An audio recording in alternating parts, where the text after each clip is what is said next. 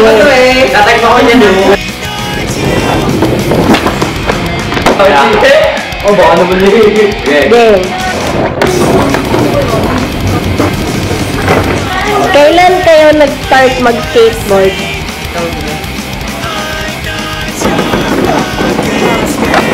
Dapat yung mga bigyan doon. Pwede kaya ang...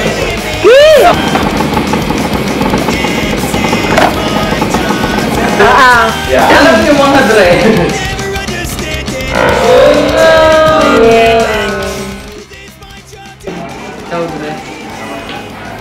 Nagsimula ako nung magpasukan. Ngayong school year lang? Kahapon.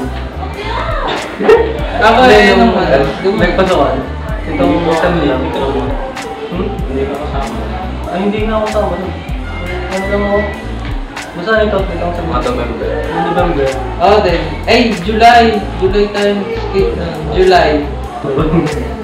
Nagkaroon na ba kayo ng experience na nasaktan kayo dahil sa skating? Marami. Madalas.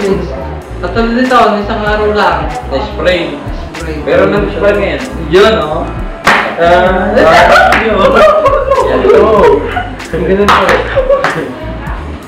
Hindi kayo nadadala? Hindi. Dito kayo masaya sa aming ginagawa.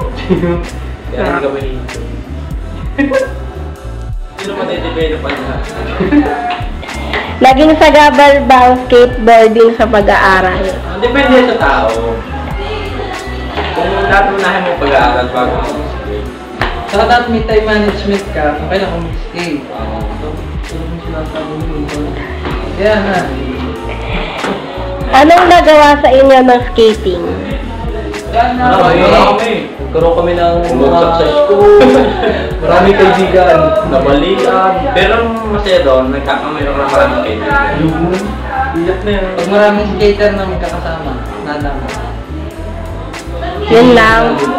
Sa pagkakaibigan. Friendship. Maraming nagkakashoot na dahil sa school. Tama. Bakit?